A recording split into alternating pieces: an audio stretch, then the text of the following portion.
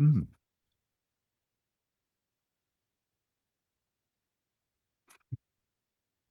Me tuku mihi ki a koutou katoa. Tēnā koe, Donald.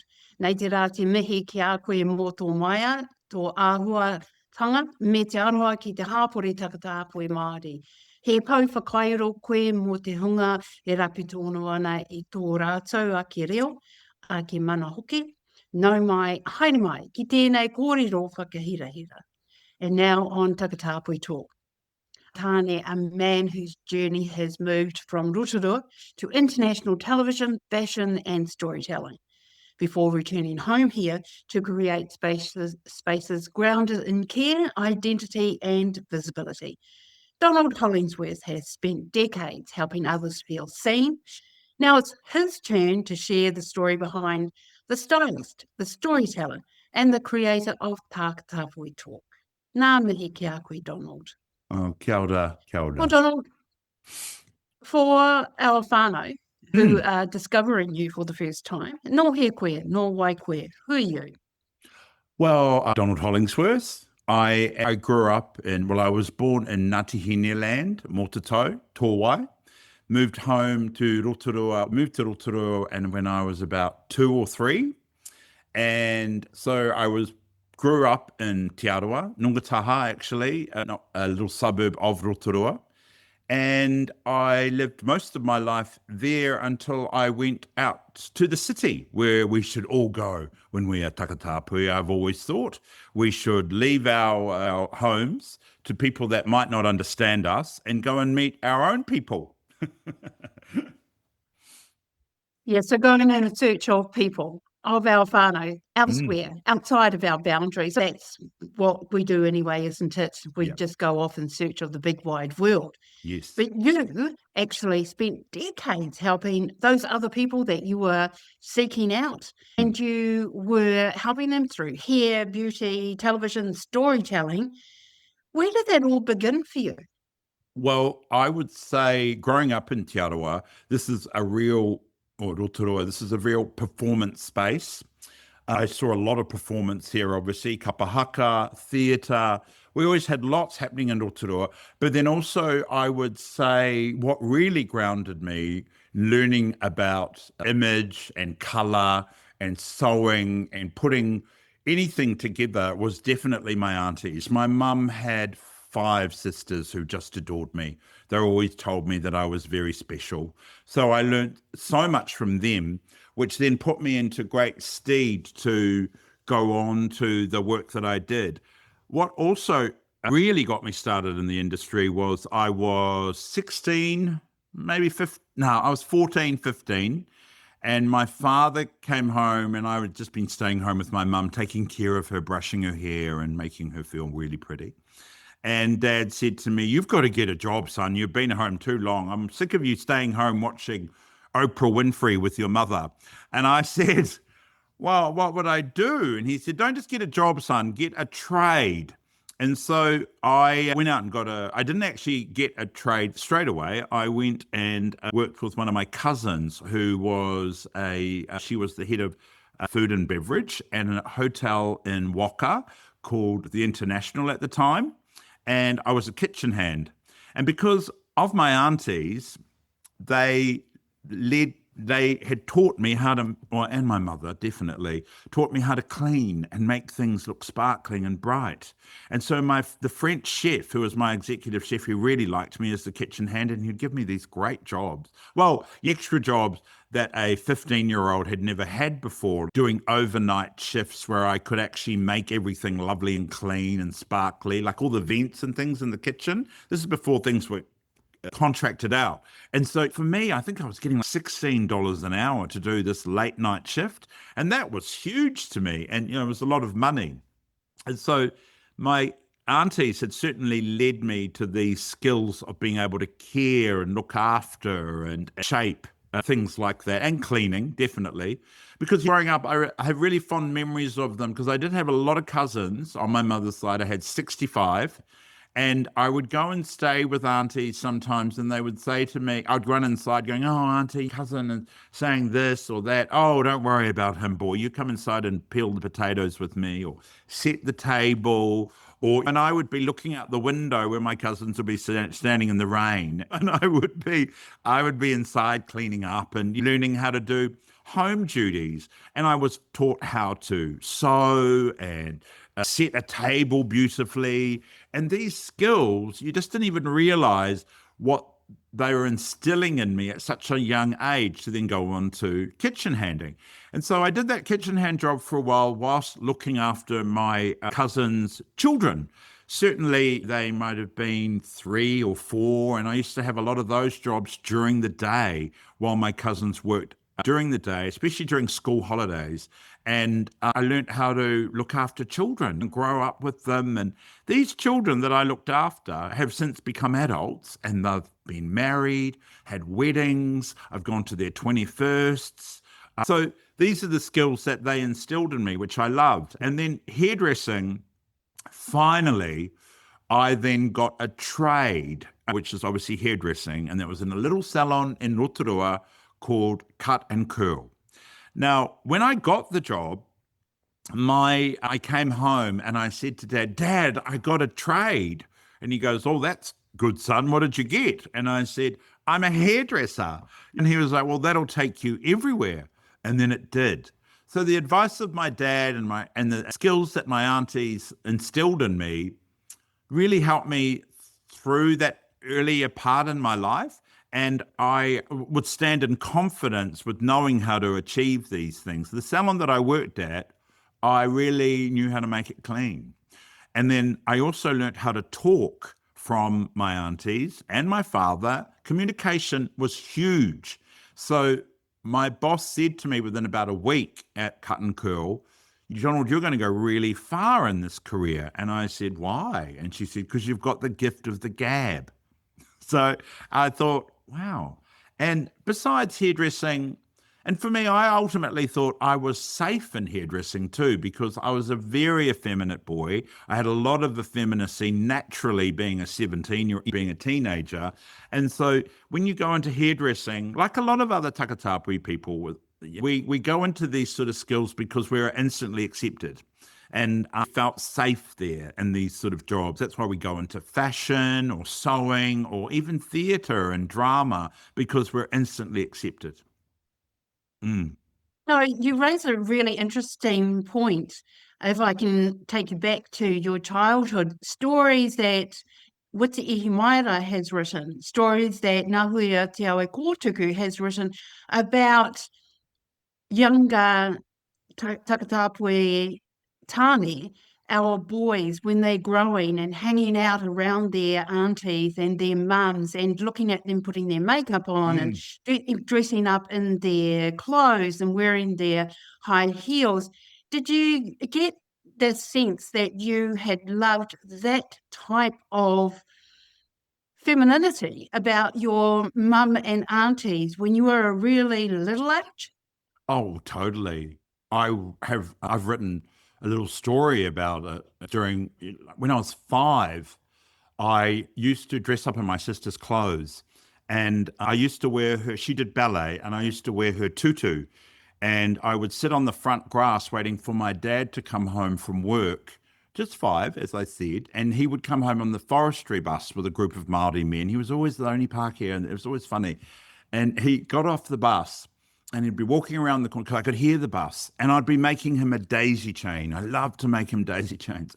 And I would stand up and I'd run across the road and go, hi, Dad, with this little daisy chain wheeling around. And he'd pick me up in this tutu and say to me, hello, my son, just to reassure the other men that I was a boy. So I loved that part. I also loved the fact that I could wear my mum's mink coat and her big glasses, and I could fit her shoes up until I was probably about 7, and then I couldn't fit them anymore. I was devastated that I couldn't fit her high heels, but I still could fit her clogs. So I could clip-clop out so I just wanted to hear the clip-clopping.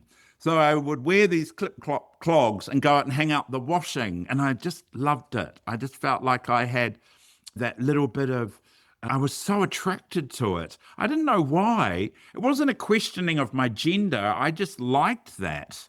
I just wanted that. And it was always I was never stopped, let's say that. Mum would watch me from out the wash house when I'd be sitting on the ground in my sister's tutu. And my sister wouldn't stop me either, but she'd go, I've got to wear that tomorrow. Can you put it back? And I would do that. But it was never at home where they said to me, you can't do that. It was just when I went to school. And then there seems to be a lot of acceptance there by your whānau. yeah, there Absolutely. was. But it's also a journey that many others can identify with as well, too, from a very little age. You are actually expressing what a lot of other tāne had in their little growing up lives. Did you see any other little boys around Yeah, I did. Rotorua that were like you? Yes. When I was 5, I met someone exactly like me. Here's Pākehā. He's actually, because he'll be watching, or she will be watching, she has become transgender. And we were very similar, very effeminate, screaming, laughing, skipping. And we used to play a lot. I'd go around to he was a boy then, around to his house, and we would play Grease. Remember when Grease came out, and we would argue who would play Sandy? Because I just always wanted to be the girl, and so did she or he at that time. And we were so connected. But also the school thing, we only got to spend 1 year together in classes. I think they wrote notes that we weren't good together in each other's class because I think we were too noisy, we'd talk too much. So we never spent class again together at primary school. We would go on to, we would meet at lunchtime and then would skip home after school. And there was a real bond there. And I absolutely loved it. But it's an interesting topic about gender. See, I've never thought that I was transgender. I've never thought that at all. I just thought I was different. Whereas my best friend believed that they were, and they are, and they've since become a beautiful transgender woman. But that wasn't me. And I don't know why, because we had the same amount of effeminism, absolutely so effeminate. And we used to love dressing up in girls' clothes. I used to love to play. I would dress up and I would walk into the lounge and I would impersonate different Miss Worlds or Miss Universe and watch my family watch me impersonate these people. And I'd come out and be like, I'm Miss Barcelona. And then they would my oldest brother would always clap and laugh along, and Dad would just look at me. But they never stopped me. And they never stopped my best friend too, his family too at that time. We were allowed to be ourselves and weren't questioned just when we went to school. Yeah, interesting about school, isn't it?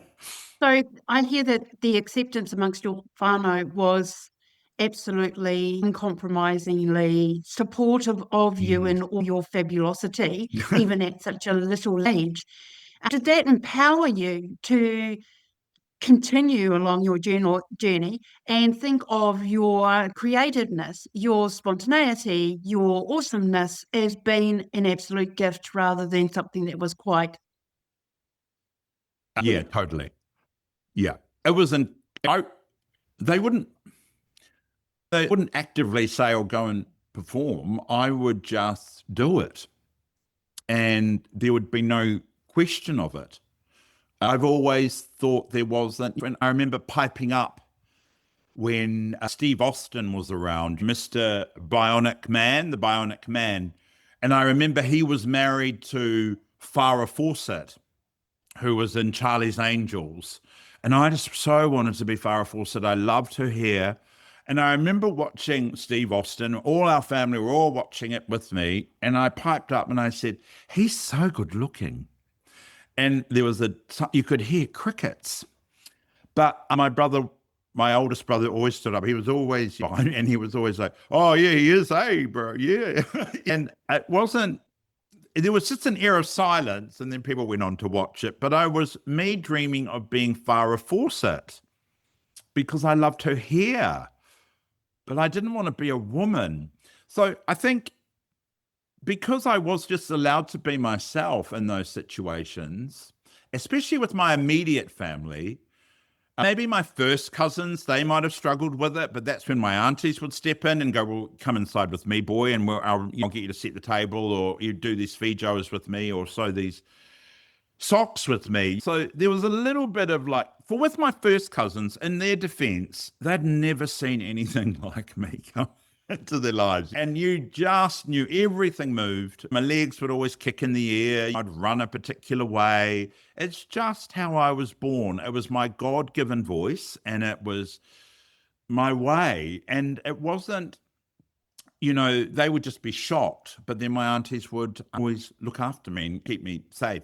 Not that they'd be violent towards me. It would all be about like, oh, can't look at you. And I didn't know why, but it's just who I was. It's the love of the hair, the clippity clop of the stilettos that actually allowed you or encouraged you to go into hospitality and then seek a trade in hairdressing.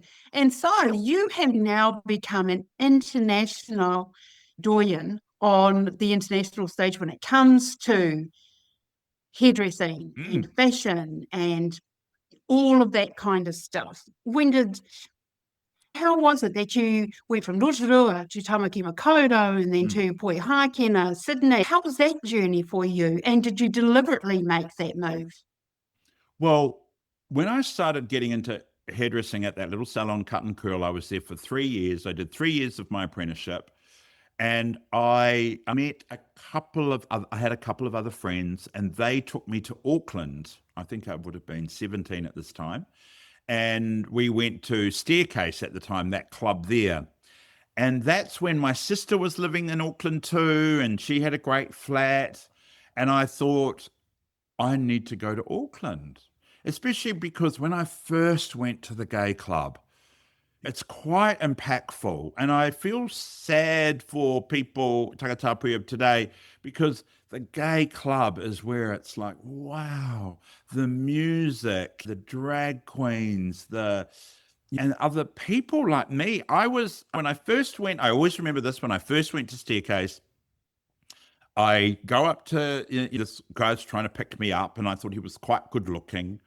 And he took me up to the bar and he said to me, do you want a Heine?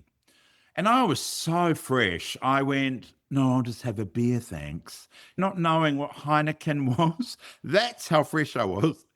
But I just loved it so much. And that's what made me want to go back, because I thought there are great hairdressers up here as well. And there were leading salons that I wanted to work at. And I had the confidence in my hairdressing, because my boss in Rotorua taught me the most incredible basic skill.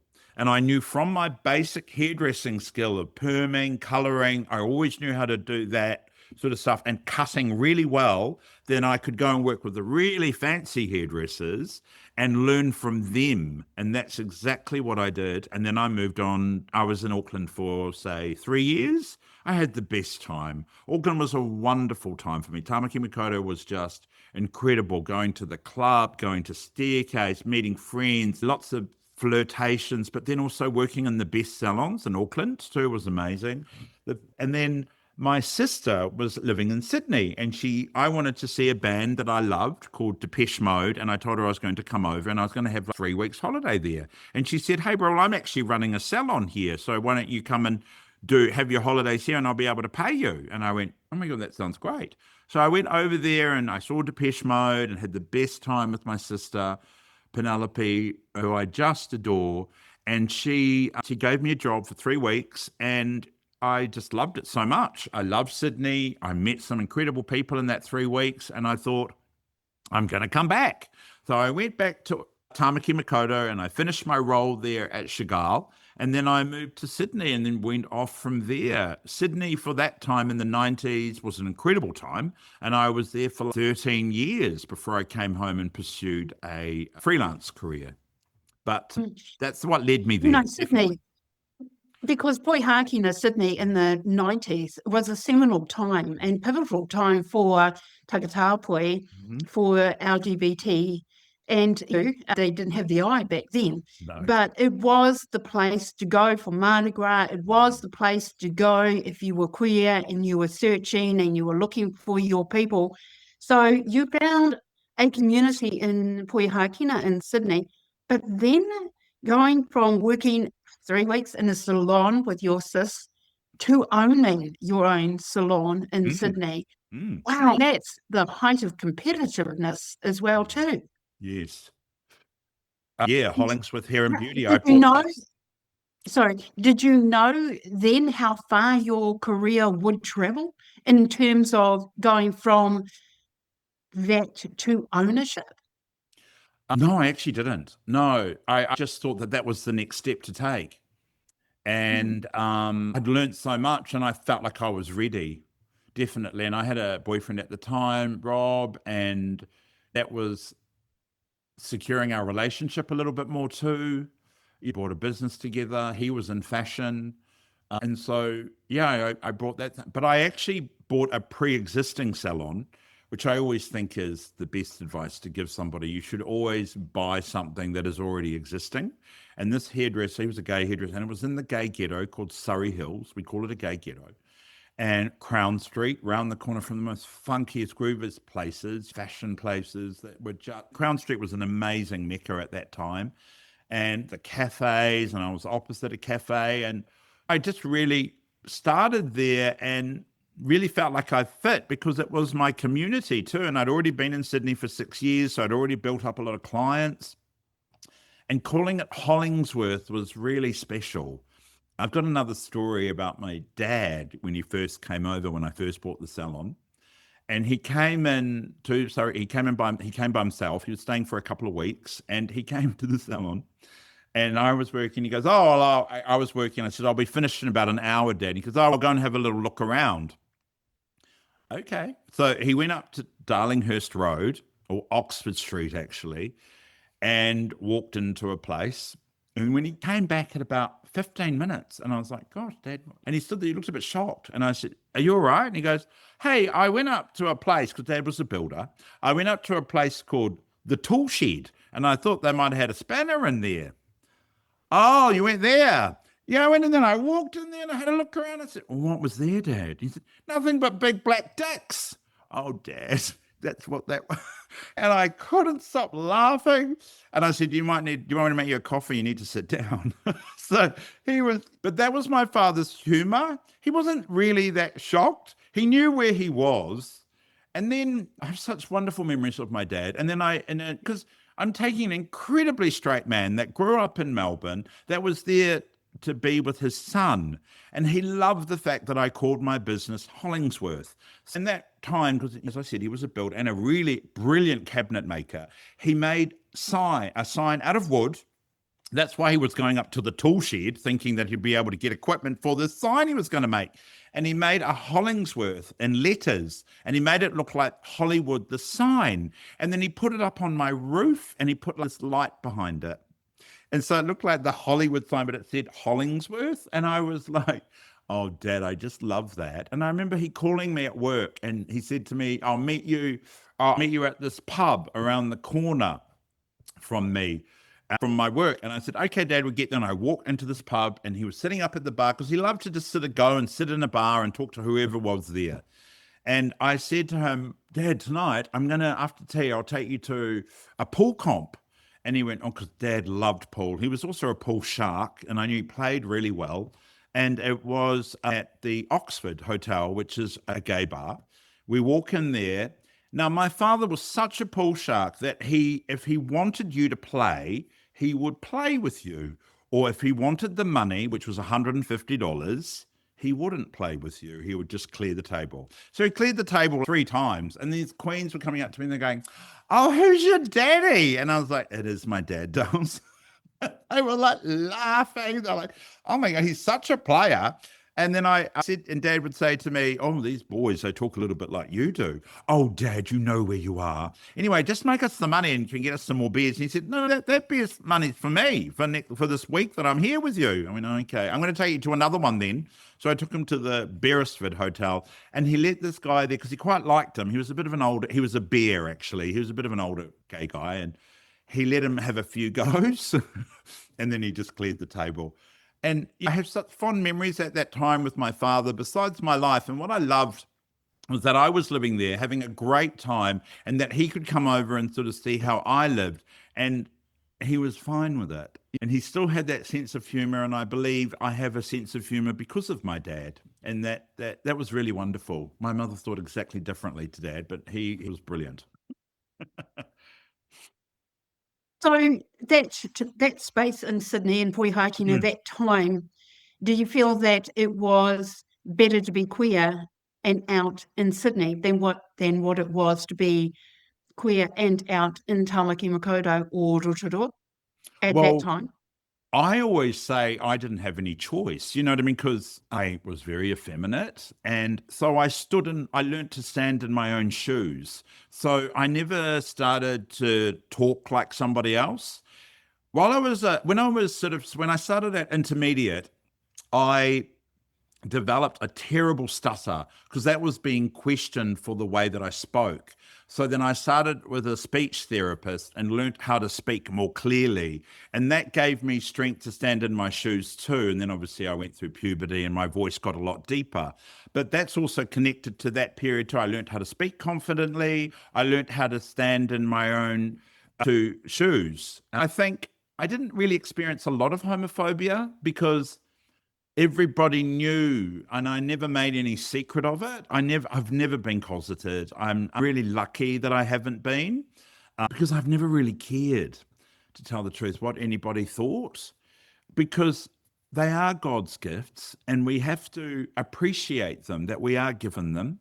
And I believe we are brought into whānau with these gifts and our friends that we have, and they should be embraced, not suppressed. Yeah. Natural progression then that you go from working in a salon to extending the skills into television and other media arena. Yeah. How did you move? How did you transition into television, and what prompted you to get into that world? Well, when I moved home in 2002, the reason why I moved home in 2002 is that I had a lot of trauma that I really needed to deal with. Was quite a dark period for me when I was a child. I'll just touch on it very lightly, because I think people will understand this. There was a bit of sexual abuse when I was 8. I was groomed till I was 10. I've had a lot of therapy for it. So I wanted to come home to clear up my nervous system with that period when I was a child. It certainly did slow me down. How it slowed me down was my relationships with people. And I wanted to find out why I was so angry and upset. And I do believe it was linked to that. And then I moved. That was probably the main reason why I moved home. I also thought that I'd acquired lots of incredible skill in Sydney, and New Zealand at the time had an incredible moment with fashion. And I'd already done a lot of Australian fashion weeks and stuff like that. And I had a little bit of work published in Australian Vogue and these sort of magazines and Harper's Bazaar. So I had a portfolio. So I thought, I will come home and I will look after myself. I'll seek therapy and work through this process. And in the meantime, I will take my portfolio around to photographers, modeling agencies, these sort of people, and develop a freelance career in fashion. And I just got really big because I really believed in myself. I also did a lot of free jobs because you have to. I did lots of, I worked with the best fashion designers like Karen Walker. And then I used to work alongside with her husband. His name was Mikhail Gurman, and he worked at an advertising agency called Publicist Mojo.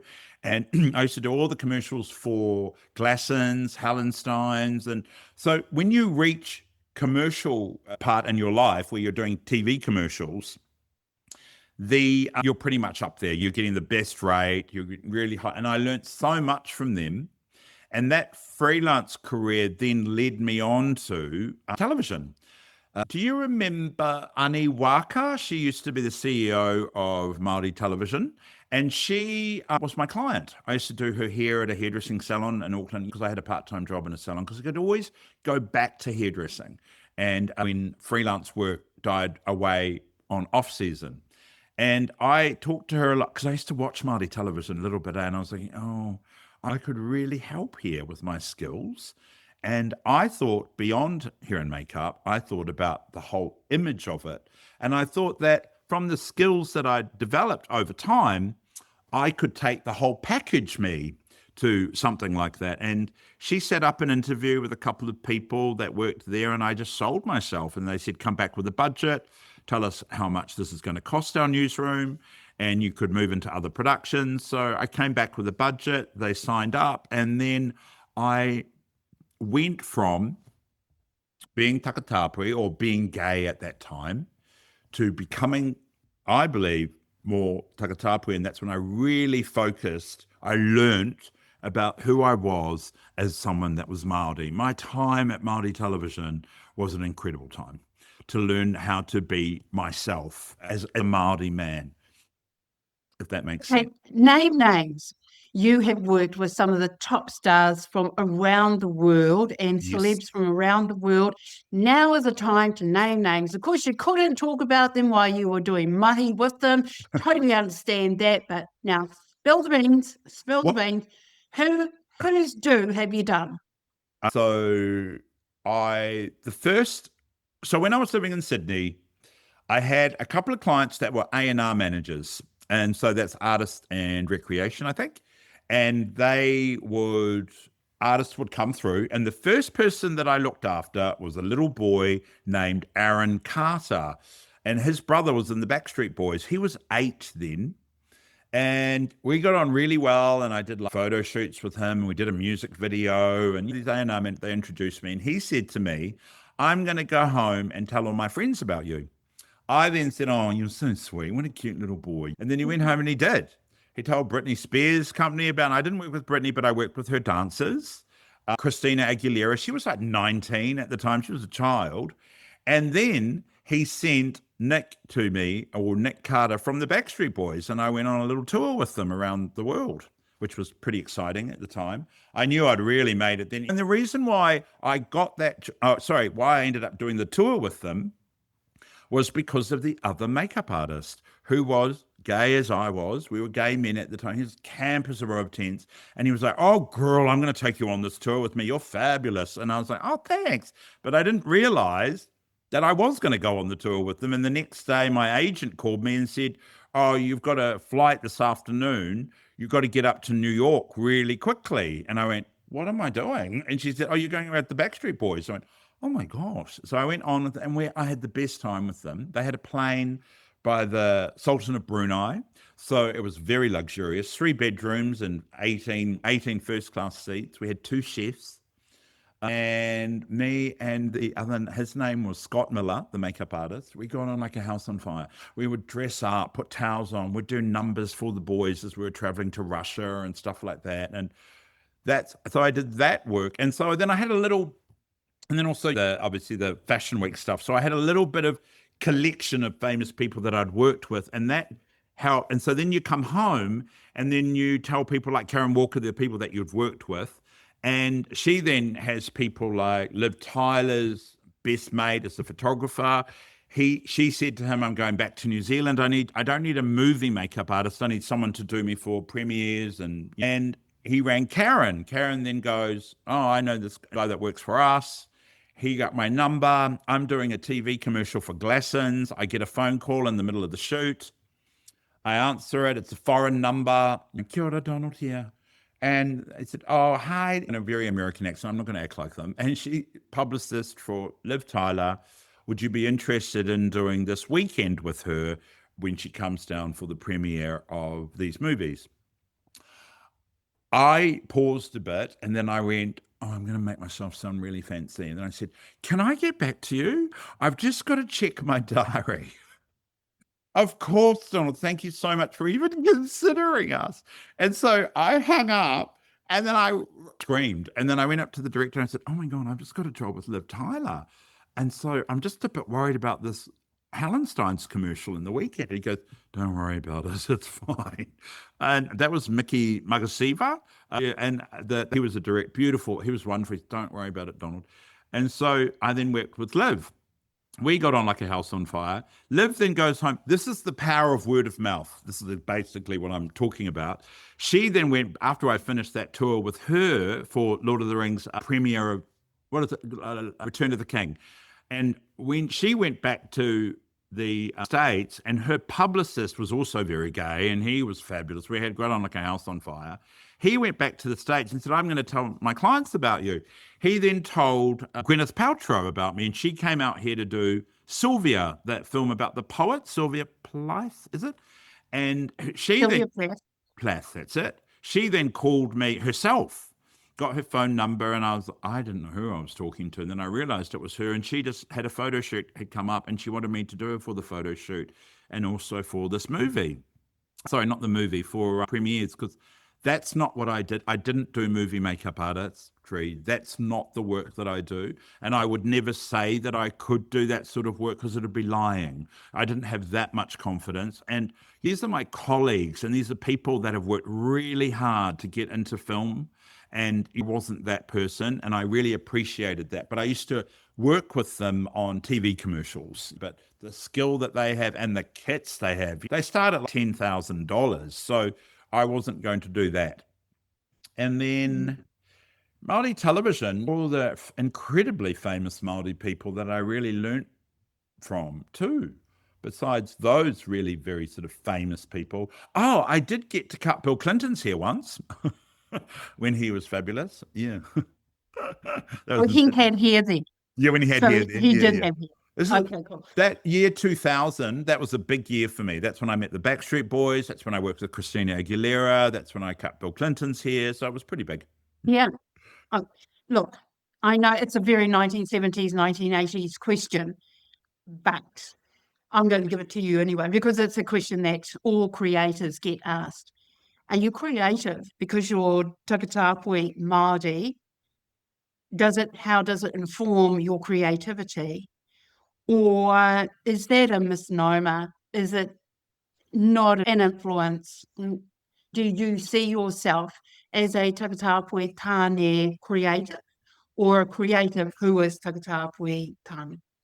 No, I see myself as definitely Takatāpui creative. Absolutely. What's the difference to you? Well, it's who I am. So it just sort of exudes anything that I've ever wanted to do. And if anything is creative, or it's what I've always wanted. And I'm like, well, I'm going to do that. And I'm going to learn how to do it. And I'm just going to do it. And I'm going to stand in my own, because I've always wanted to do these sort of things. So it's example, I always wanted to work in a really famous salon in Auckland called Chagall at the time. It was always #1 salon. My boss, Gerald Solomon, and he interviewed me 3 times. It took him the 3rd go to actually hire, but I really wanted to work there because I wanted to learn off those sort of hairdressers, so those really famous and very skilled hairdressers at the time.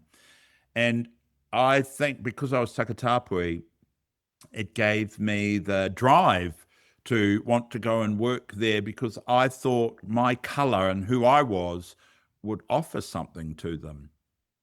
Yeah. And I was always willing to do anything too, Claudette. When I'd travel with photographers and stuff like that, I didn't care about sharing a room or sleeping on the floor or taking a flight that took 18 hours to get there. I never cared, because being brought up Māori, you're so adaptable. And we're just to allow ourselves, well, I've got to do that.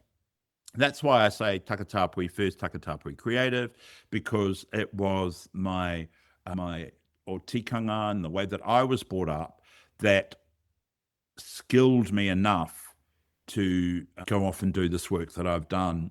And I always thought to myself, Liv Tyler rang me and asked me to go. So of course I wasn't nervous because they asked me to go. I wasn't fans of the Backstreet Boys, but they asked me to go. And then this makeup artist was like, you've got to come. I'm going to get you this job.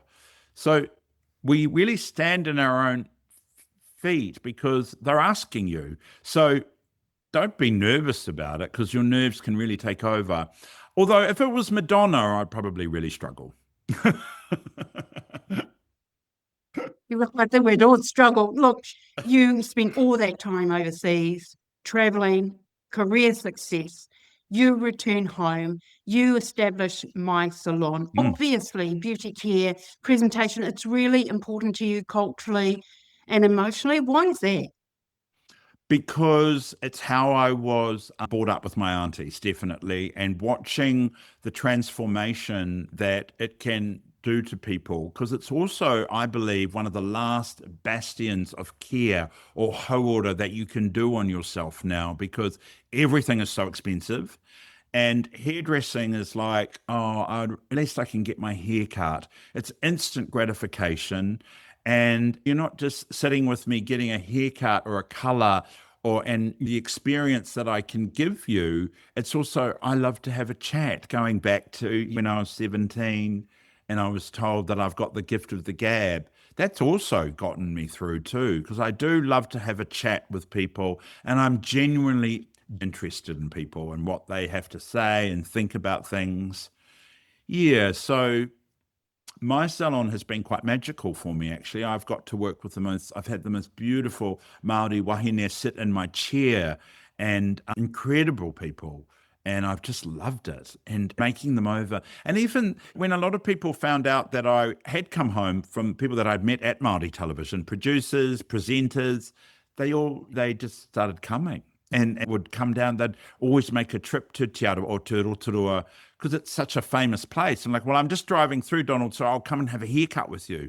And can you do my color? And that's really quite magical. And that's what I also love about it too. And that's what I love about working with wahine Māori. And that's also why I called it mai, because mai is a connecting word. And it's still, it was important for me that because I am pro Māori. And that's what was also really important to me. I had Merepeka Raukawa Tate come in and she said to me at my opening, oh, you want the Pākehā to come too. And I says, oh no, they'll come. They come. I promise you they'll come. But Māori women, unless they know there is a place special for them and somebody that has actually said, hey, I'm Māori and I'm really happy to look after you, they'll come. And that's what I've seen. I'll just take a step back into the world of TV. You have worked behind the cameras, putting people in front of the cameras to make them look good, but you actually did host a program yourself. Did you find that it was very different in terms of the portrayal of Takatāpui front and back of the camera? Is it the same? Is it different? Did you feel that there was any exploitation in terms of the portrayal of Takatāpui front of camera? Well, again, it was fulfilling dreams, things that I've always liked to do. And when I was a little boy, I used to love to dress up like a presenter and I used to love to parrot the news. So that was just fulfilling a dream, really, to go off and be a presenter. And I'd just audition and get the job. I never felt like I was being, I never felt like I was being I was always paid well. I never felt like I was being, what did you say? Sorry? Well, not betrayed. Yeah, I didn't think I was. I'm wondering, because the program that you hosted, it was about the positivity of Takatāpui. Yep. Did you feel that was essential because the portrayal of Takatāpui, Kāne, even Māori katoa, can be hugely exploitative? Yeah, I never experienced any of that. I never saw any of that. I felt like I was living my dream. Yeah, doing something that I'd always wanted to do. And that also links back to my childhood too. I knew I could speak clearly from having elocution lessons, and I had lots of practice. I'd also done a bit of radio. So I'd already I was on the edge for a while with JJ, Dom and Mike for a couple of years, and I did something called Queer Eye for the Donald Straight Guy. No, Donald Eye for the Kiwi Straight Guy. When I'd just make over guys and just hassle them. I'd pick them up and I'd take them to malls and do them up, and they'd call me every sort of hour to see how the makeover was going, and I'd make them have tattoos that they didn't really want. No, and I really enjoyed it. So I felt like perhaps being Takatāpui or being gay, I was exploiting them. Yeah, absolutely. Yeah. Positivity. You returned home. What does home mean to you back here in Rotorua? It means a lot now. It means a lot now. I really struggled coming home, to tell the truth, and because I've been home now from Sydney for 8 years, and certainly I have opened my salon in that time, and I've had wonderful people coming here. But aside from that, personally, I lost my sister, I lost my mum, And that had been a real struggle. And so I've only just started to find out who I am myself personally. I've been incredibly hurt and incredibly not lonely, just really hurt, especially because they both went at not far from each other. My sister within 2 months of my mother passing. And that what was really difficult. I also learned how much my mother had not control, how much power she still sort of had over me from me being a young boy. And you came home at 50, and I still felt like she had a strong power over me, I suppose. And I didn't know any other way to move on from it because she was my mum. And I'm not in any way speaking ill of her because she was my mum. She's all I had. And I love her dearly and miss her. But I didn't miss that power that she had over me and my emotions and how I felt about myself. And then my sister, I just adored her. I spoke about her in the beginning where she gave me a job and took me to my first gay nightclub. And I had and I wanted to be her. I was wearing her tutu when I was 5. And I would look at I really wanted to be her. And I just loved being with her. And when she passed, that longing that she was gone, it was hard, Claudette. It was really hard. So it has been, I don't even like using that word journey because it's been really challenging. And then I got quite sick. I had heart failure and I really struggled. And then I thought my oldest brother, Charlie, who I absolutely adore, I thought he's all I've got. And so I'm going to, and I've also got his kids too. He's got beautiful children that are all adults now. And I totally adore his children. And I thought, I've got them. I'm always going to have them. And so I'm going to get better, look after myself, and so that I can love them for the rest of my life. And that's what I'm doing. That's what I'm doing. Wonderful. Well, you mentioned your health and you've had to make huge lifestyle changes. What has that experience taught you? It's taught me, so because it was heart failure, it has taught me that your heart's really important. And my heart, besides being genetic, it was also because my grandmother passed of it. I have a first cousin that has it. Not my mum, though, or my father, but there was other immediate family that has suffered from it. And I wanted to get well. So medication is not all of it. Unfortunately, I have to take medication for the rest of my life, but I thought there's another way that I can look after myself. And I thought, well, I do need to lose weight. So I started fasting, eating whole foods. But the main thing that I did, which has created a huge change in me, is giving up sugar. Refined sugar is an incredible poison that I can't advocate enough. Just give up the sugar.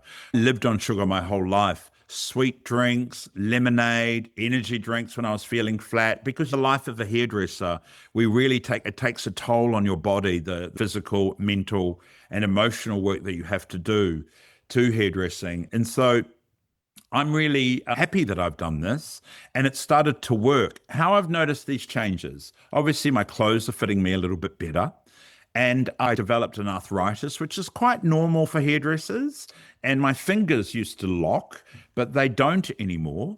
And I used to take, and I think no, I don't think, I believe it's giving up the sugar and how it can really affect your hands, your joints, everything. And I'm in a lot less pain than I used to be before. And I'm really grateful for this change and I'm really grateful that I'm sticking to it because I can see its true benefits. Once you've gotten over sugar, and that's quite a horrible period, it took me about 2 weeks. I had terrible headaches, but I can't say to people enough, give up sugar because it's incredible what it does to you. We're on the podcast, Takatāpui Talk. You are the creator of Takatāpui Talk. Did you feel that there was something missing from Aotearoa NZ Media that you wanted to create space for? I did. I totally did. Yep. And of course, I'm starting from scratch. So I'm just building it and building it. developing the audience all the time, getting out in social media. There is a lot of work to do with it. And just sharing my story, when you put it all to a summary, it's like we live incredible lives and we allow ourselves to live incredible lives. And we make it, being Takatāpui, people love us. In our whānau that we create. And I wanted to share these stories, and I've got some incredible interviews that I've already done, and one of them is you. And so to share our lives with other, say rangatahi, for example, they're like, wow, they're like me, because our stories are pretty similar. They are very similar, but they're also really great, and they're emotional, and they're hard to listen to. But then in the end, there's incredible light that comes through our people, and how what we can offer our communities, our whakapapa too. What we've got is and really important, and sharing them. And I thought, I'm just going to share stories from people that I know that have done have led great lives, and they can share them, and gives people an understanding of how great we are. Look, resilience, evocative, thought-provoking, strong, mana-enhancing. That's what I'm hearing from these interviews. What is that what you learned about our community and more, I guess? And during the interviews, what were the moments that moved you most deeply? The similarities, especially as a child, when we talk about people taking advantage of us, it tended to happen when we were children or teenagers. So that's where, for me, that's where the emotion would come up, because the similarities were so the same. I interviewed a young playwright. His name is Rotorua Ormond from Wellington, and he is only 24. And he lived a beautiful childhood in Japan. His father was a rugby player. I won't say too much more about it, but what he said to me was, I'm so interested in doing this interview with you, Donald, but I want to learn from you, Takatāpui tanga, because you've lived this life that I haven't lived. And so I've got a lot to share about my playwriting, but I haven't lived your life. And then I thought, yeah, so that's what the messages really should be about. More people like my demographic, a little bit older. And so that's why I went down that road, because I knew that our stories, being similar, but they would relate. That's where I'm getting at. People would relate to it and feel relieved, and not maybe even feel alone too, especially in some of the little towns that we have. Everybody's got a device. There's incredible power on Facebook and TikTok. TikTok has just blown me away with the little shorts that I've been putting up on it. And so many people, what I'm seeing from all the comments is people relate. It's an evolving thing, isn't it? Takatāpui, te ao Takatāpui. So with that in mind, and given the technology now, do you see Takatāpui meaning something different today? Even though you had raised all these similarities of upbringings, has it evolved? So it doesn't mean something more different today than it did in our time? Well, I think... Well, when we were younger, because we're still alive. So in our time. We had fabulous places to go to. We had clubs, we had groups, and they are in this very, unfortunately, small world of apps and devices and pick-up places. We would dress up and go to the club and meet other men and dance with them and put a lovely aftershave on and wear all our most fabulous things that we could ever wear. They don't have that same opportunity. That's what's really missing. Our social lives have become, and we need to be social.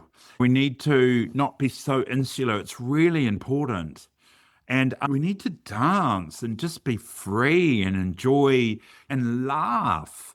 I think that's what's missing from a lot of our rangatahi or young Takatāpui today. And I feel for them, the social places that they just don't have the places where you could feel safe, especially in Aotearoa. A lot of them have disappeared, have gone now, and you're not being serviced. I've spent a little bit of time on Grindr, and they just have a shower at their house and come around in their track clothes.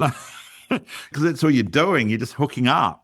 But the process of getting to hook up with them, you might not hook up with them. You might just go and have a chat and just enjoy someone else's company. It's not like that now. What kind of legacy do you hope Takatāpui Talk will have and remain for our whānau, our hapori Takatāpui? A place where they can come to, because it'll be archival, it'll always be available, where they can come to and other people might tell them about the interviews, and they'll always be available for relatability and understanding and connection. Yeah. I'm really glad I've done it. Like, it's a great project that I'm so enjoying. And now that the platform is truly working, on Facebook, on Instagram, and TikTok Shorts, I'm like, because of the response, I know I'm doing it, but I always believed in it too, actually. I always did believe in it. I knew that we have incredible kōrero to share. So, yeah, that's what I think about that. Here's a quick fire round for you. A quick fire, fast five. One word, one kupu your friends would use to describe you. Clumsy. Because I'd fall over, like I just would fall, I'd walk too quickly, or I'll tell you a quick little story about Liv Tyler, and she was with beautiful, he was Katy Perry's boy, he was an elf in Lord of the Rings. That English guy, remember him later. Anyway, so I went into the press junket. I'd already done her makeup. I had my kit, and I looked at that actor, and I just somehow tripped up on nothing. I don't know what was there. My makeup kit flew in the air. Everything crashed on the ground, and he came over and helped me to clean it all up. And Liv just giggled. She thought it was quite funny.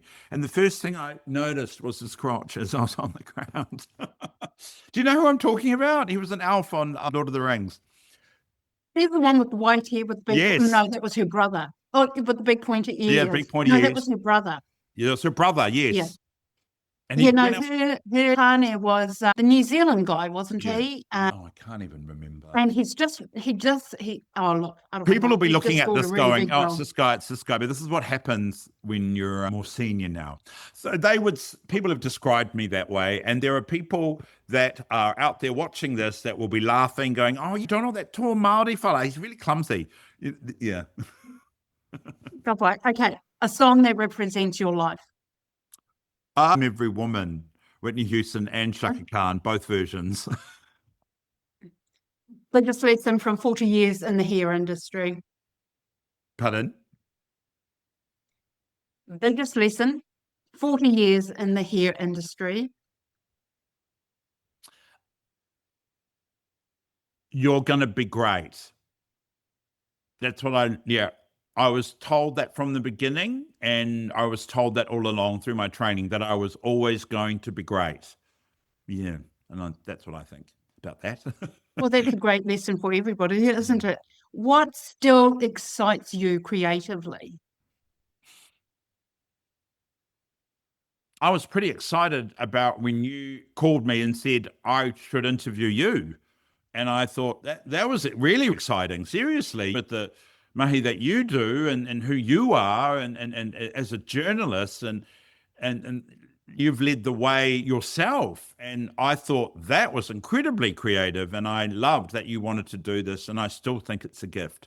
That's what I get excited about, watching my friends and people that I know be creative, because it's creative interviewing people. Absolutely. Look, what gives you hope right now in terms of our Takatāpui community? And because I'm a political journalist, I've got to throw it all in. There's the transgender bill, the definition of what is a woman bill in front of Parliament at the moment, the attacks on our Takatāpui community, our transgender in sports. There's so much that is stripping away our rights as human beings, as Takatāpui. What gives you hope right now? Well, I've been saying this in my shorts. We've always been here. We're always going to be here. And we're incredible people. And let's just focus on our community, because that's all that matters. Everything else is just noise. Don't get involved in it. Don't listen to it. Listen to the people that love you, because it really doesn't matter. Because I truly believe that we will still be able to go to the bathroom, and that no one is going to stop us, and that nothing is going to be taken away from us. And don't live in fear. There is no fear. It's just the way that they say things about us. None of it is true. Yes, this coalition government too shall pass. Donald, final question. After everything you've lived through, you've created and you have survived, what do you know for sure? That I'm going to be okay. Yeah, that we're all going to be okay, that we're going to be okay. This will pass. Nā reira, me tuku mihi anō ki a koutou katoa e te whānau. Engari, he tino aroha ki te whānau o Tops. He haere atu rā te tuahine a Jules Top, ko mate ia I ngā pō. Nā reira, me tuku mihi ki aia, me tōna whānau, me te whānau o te rā wahine toa, wahine kaha. Nā reira, hei whakakapi ake I tā tātou kōrero. This, tonight, we've heard about the identity, the creativity, the survival, the beauty, the storytelling, and what it means to return home, back to the haukainga, carrying all the versions of yourself with grace. Donald Hollingsworth's journey reminds us that visibility is more than just being seen. It's about creating space so others can stand proudly too. From the salon chair to television screens and now through Takatāpui Talk, his kaupapa has remained the same. People deserve to feel valued, heard, and beautiful as themselves. Nā reira, Donald, tēnā rawa atu koe mō tō whakapuake o whakaro o māharatanga me tō manawa ki a mātou I tēnei pō. Me tuku mihi ki a koe. Oh, kia ora, kia ora, kia ora.